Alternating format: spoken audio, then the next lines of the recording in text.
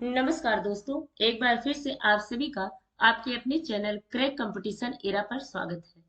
आज की इस वीडियो में हम देखेंगे मौर्य साम्राज्य से संबंधित भाग दो, जिसका पहला भाग कल हम लोगों ने कर लिया है। आज इसका भाग दो होगा।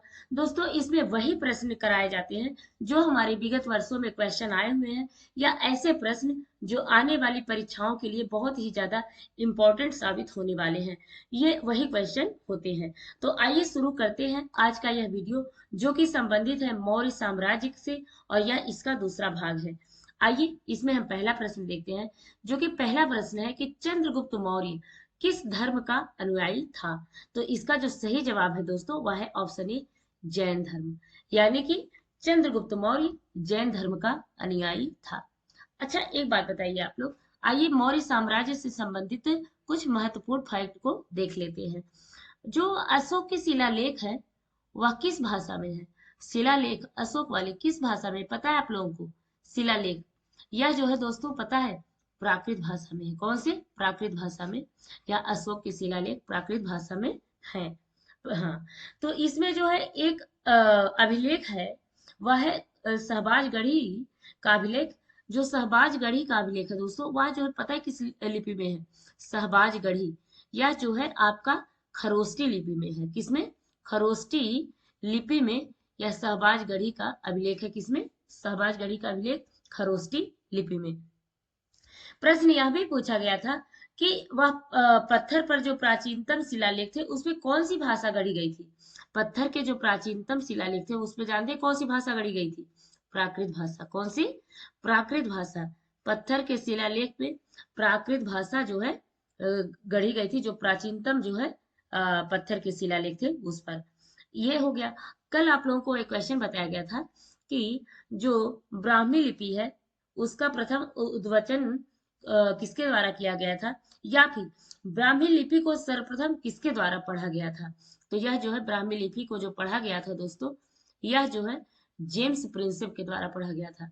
अंग्रेज विद्वान था जेम्स प्रिंसेप, उसी के द्वारा जो है यह ब्राह्मी लिपि पढ़ा गया था। तो शिलालेख जो थे अशोक के, वह किस भाषा में थे?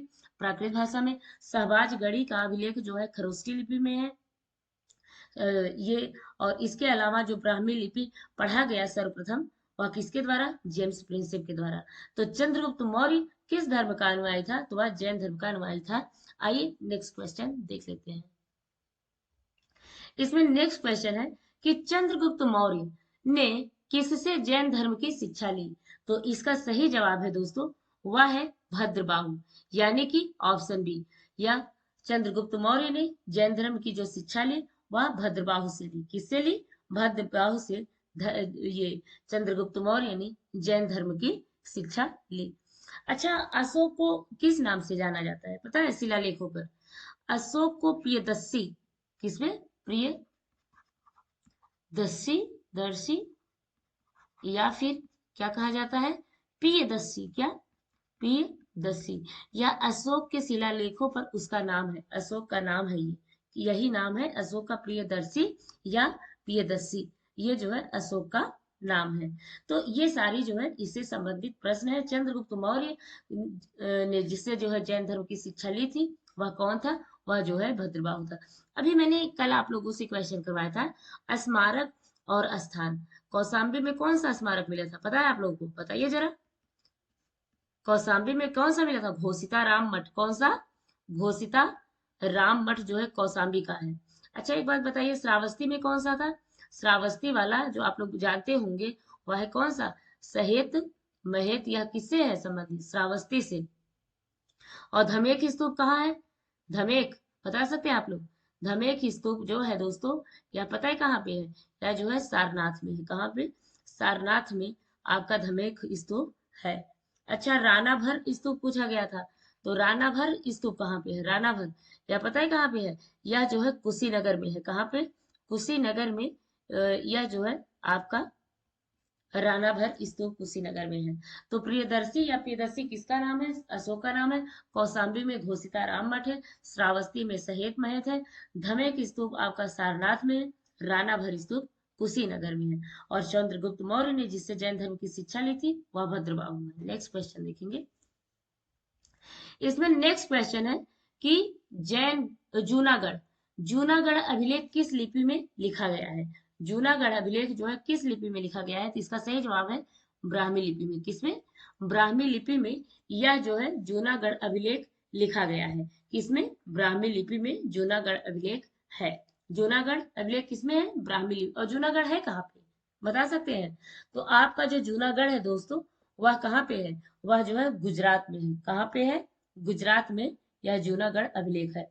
अच्छा, एक प्रश्न ये बताइए कि अशोक का एक अभिलेख है रुम्मनदेई। अशोक का कौन सा? रुम्मिनदेई। रुम्मिनदेई अभिलेख या किससे संबंधित है रुम्मिनदेई अभिलेख?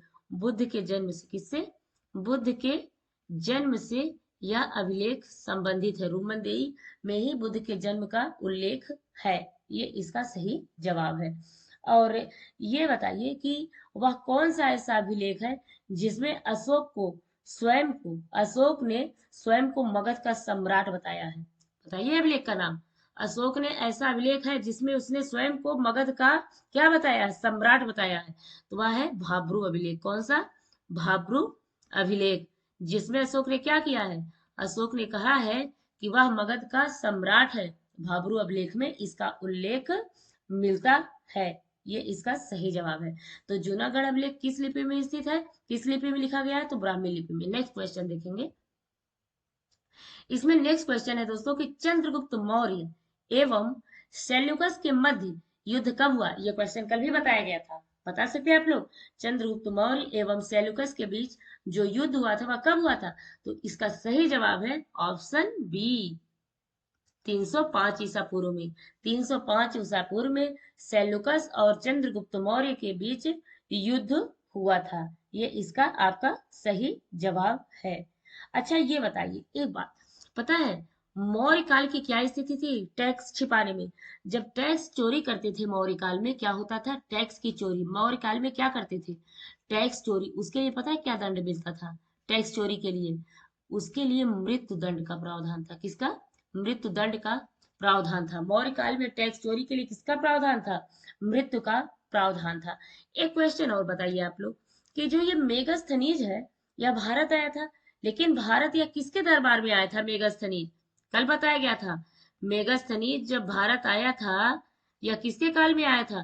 तो यह जो है चंद्रगुप्त मौर्य, चंद्रगुप्त मौर्य के दरबार में आया था।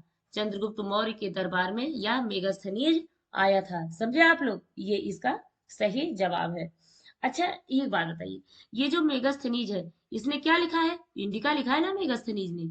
इंडिका मेगास्थनीज ने लिखा है। अब इसने क्या किया है? मेगास्थनीज ने अपने इंडिका में भारत को 7 श्रेणियों में, भारतीय समाज को 7 श्रेणियों में बांटा है। क्या? भारतीय समाज क्या किया है? समाज को कितने श्रेणियों में बांटा है? 7 श्रेणियों में जो है इसने जो है बांटा है। किसने? मेगास्थनीज ने 7 श्रेणियों में बांटा है भारतीय समाज को इंडिका में। ये इसका सही जवाब है। अच्छा, ये बताइए, ये जो मेगास्थनीज है दोस्तों, यह किसका राजदूत था? बता सकते हैं? मेगास्थनीज जो दूत था वह किसका था? कल बताया गया था सेल्यूकस निकेटर का। किसका? सेल्यूकस निकेटर का। यह जो है इसका राजदूत था। मौर्य काल में टैक्स चोरी के लिए कौन सा दंड? मृत्यु दंड। मेगास्थनीज किसके दरबार में आया था भारत में? चंद्रगुप्त मौर्य। मेगास्थनीज ने कौन सी पुस्तक लिखी है? इंडिका लिखी है। मेगास्थनीज ने इंडिका में भारतीय समाज को कितनी श्रेणियों में बांटा है? तो इसका सही जवाब है 7 श्रेणियों में।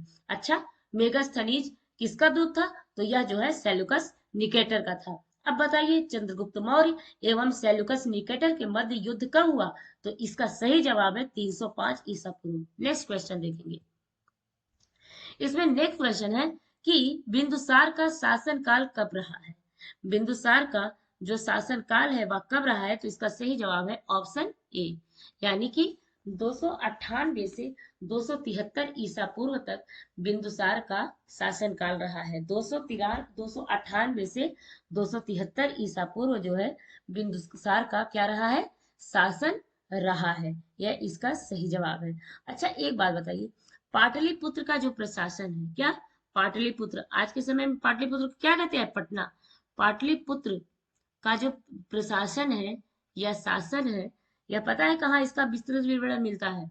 इसका जो विस्तृत विवरण हमें प्राप्त होता है वह इंडिका से। किससे? इंडिका से पाटलिपुत्र का विस्तृत विवरण प्राप्त होता कि यहाँ कैसा प्रशासन था। ये इसका सही जवाब है। अच्छा एक बात बताइए आप लोग, मौर्य काल में भूमि कर लिया जाता था, जो कि राज्य का क्या था, मुख्य स्रोत था। उसको क्या कहा जाता था भाई, एकत्रित किसके द्वारा किया जाता था, उस कर को किसके द्वारा, भूमि कर जो लिया जाता है किसके द्वारा एकत्रित किया जाता है, तो वह जो उसका सही जवाब है सीताध्यक्ष द्वारा। किसके द्वारा, सीताध्यक्ष, सीताध्यक्ष द्वारा। यह जो है मौर्य काल में जो है जमीन पे कर लिया जाता था, सीताध्यक्ष उसको वसूली करता था। और मौर्य काल में आप बताइए सीता से तात्पर्य का क्या था, अब आप जान गए होंगे सीता से क्या तात्पर्य था मौर्य काल में, तो इसका राजकीय भूमि से प्राप्त आय, यानी कि राजकीय भूमि से जो प्राप्त कर था वही सीता कहलाता था। भूमि से प्राप्त क्या था, प्राप्त कर, यही जो है क्या कहलाता था, सीता कहलाता था। तो बिंदुसार का शासन काल कब से था, 298 ईसा पूर्व से लेकर के 273 ईसा पूर्व, इसका सही जवाब है। नेक्स्ट देखेंगे, इसमें नेक्स्ट है दोस्तों कि बिंदुसार को किस नाम से जाना जाता है, बता सकते हैं आप लोग बिंदुसार को किस नाम से जाना जाता है, तो इसका सही जवाब है बी, यानी कि अमित्रघात से के नाम से बिंदुसार को जाना जाता है। किस नाम से, अमित्रघात से इस बिंदुसार को जाना जाता है। आइए देख लेते हैं व्यक्ति और उनके नामों को। व्यक्ति हो गया, इधर इधर क्या कर दिया मैंने, नाम कर दिया। आप लोग वन बाय वन करके इसको लिख सकते हैं। जिसमें हम पहला देखेंगे चाणक्य। चाणक्य का क्या क्या नाम था, बता सकते हैं आप लोग, चाणक्य का क्या नाम था, तो इसका नाम था कौटिल्य। और एक नाम कौन सा था, विष्णुगुप्त।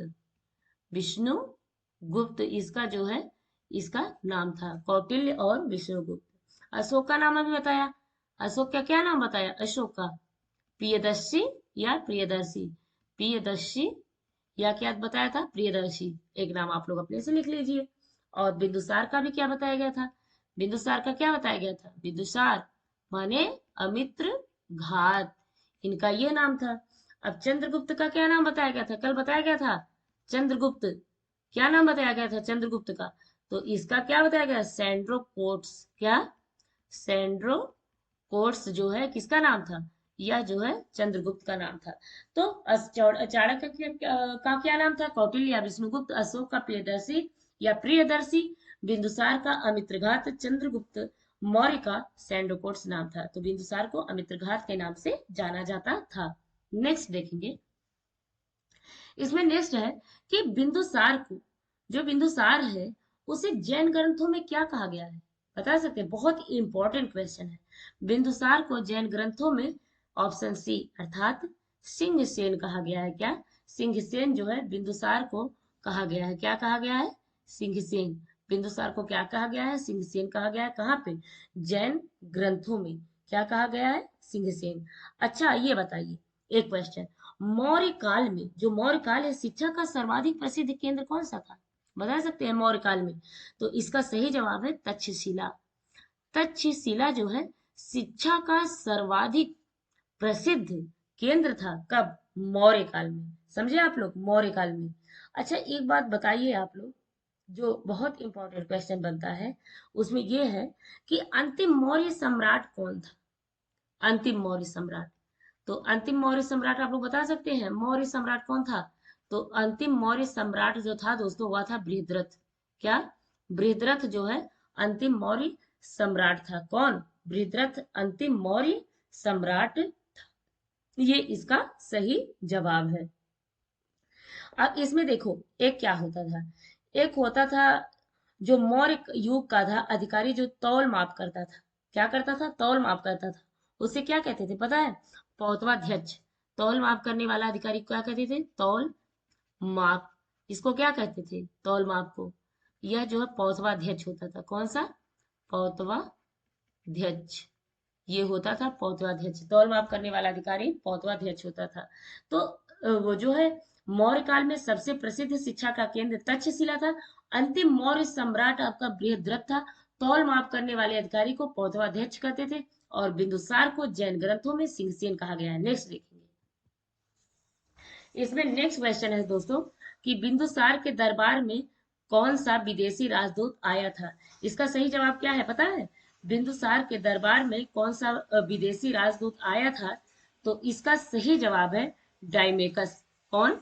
डाइमेकस जो है बिंदुसार के दरबार में आया था, विदेशी राजदूत बिंदुसार के दरबार में डाइमेकस आया था। और मेगास्थनीज कौन था? मेगास्थनीज बता सकते हैं कौन था? मैंने क्या बताया था आप लोगों को? आप लोगों को बताया था ना, मेगास्थनीज चंद्रगुप्त मौर्य के शासनकाल में आया था, इसी ने ही इंडिका लिखी है, इसने भारतीय समाज को 7 श्रेणियों में बांटा है, यही तो बताया था। हाँ, तो डायमेकस किसके वो जो बिंदुसार के दरबार में आया था, कौन सा विदेशी राजदूत था? तो वह डायमेकस था। नेक्स्ट देखेंगे, इसमें दोस्तों नेक्स्ट क्वेश्चन है कि मिस्र का राजदूत टॉलमी द्वितीय ने बिंदुसार के दरबार में किस राजदूत को भेजा? किस राजदूत को भेजा था? तो यह इसका सही जवाब है डायनोसियस। क्या? डायनोसियस। डायनोसियस को मिस्र के राजदूत टॉलमी द्वितीय ने बिंदुसार के दरबार में मिस्र का राजदूत टॉलमी द्वितीय ने बिंदुसार के दरबार में किस राजदूत को भेजा था? ये टॉलमी द्वितीय जो है वहां का राजा था, और इसने जो है क्वेश्चन गलत हो गया है। इसने जो है क्या किया है, इसने जो है डायनोसियस को राजदूत के तौर पर बिंदुसार के दरबार में भेजा था। वो मिस्र का जो राजा था टॉलमी द्वितीय, इसने जो है भेजा था। अच्छा एक बात बताइए, गिरनार क्षेत्र में सुदर्शन झील है बना था, गिरनार क्षेत्र में क्या बना था? सुदर्शन झील। क्या बना था? सुदर्शन झील। इसे किसने बनाया था इस झील को? सुदर्शन झील को। तो इसे दोस्तों चंद्रगुप्त मौर्य ने बनवाया था। किसने? चंद्रगुप्त मौर्य ने इस सुदर्शन झील का निर्माण करवाया था गिरनार में। ये इसका सही जवाब है। नेक्स्ट क्वेश्चन देखेंगे, इसमें नेक्स्ट क्वेश्चन है कि बिंदुसार के दरबार में प्रधानमंत्री कौन था? इसका सही जवाब आप लोग जान गए होंगे, ऑप्शन सी अर्थात चाणक्य जो है बिंदुसार के दरबार में प्रधानमंत्री था। कौन था? चाणक्य प्रधानमंत्री था। कहाँ? बिंदुसार के दरबार में। इसी से संबंधित आइए कुछ फैक्ट देख लेते हैं हम। महाक्षत्रप जो रुद्र दामन था, उसने जूनागढ़ अभिलेख में क्या पाया गया है? अशोक का अभिलेख। क्या हुआ है कि महाक्षत्रप जो रुद्रदामन का जूनागढ़ अभिलेख है, उस पर पाए गए हैं क्या? अशोक के अभिलेख पाए गए हैं। ये इसका सही जवाब है। अच्छा एक बात आप लोग बताइए, जो ये है अंतिम मौर्य सम्राट आप लोग जान गए बृहद्रथ है, और इससे संबंधित जो आप लोगों को बताया गया था नाम, चंद्रगुप्त मौर्य को क्या क्या बताया गया था? सेंड्रोकोट्स बताया गया था चंद्रगुप्त मौर्य को। क्या? सेंड्रोकोट्स बताया गया था। इसके अलावा बिंदुसार को क्या बताया गया था? तो बिंदुसार को अमित्र घात बताया गया था। क्या बताया गया था? अमित्र घात। बिंदुसार को अमित्र घात बताया गया। इसके अलावा अशोक को क्या बताया गया? अशोक को आप लोग जानते हैं प्रियदर्शी या प्रियदर्शी बताया गया। चाणक्य को भी क्या बताया गया?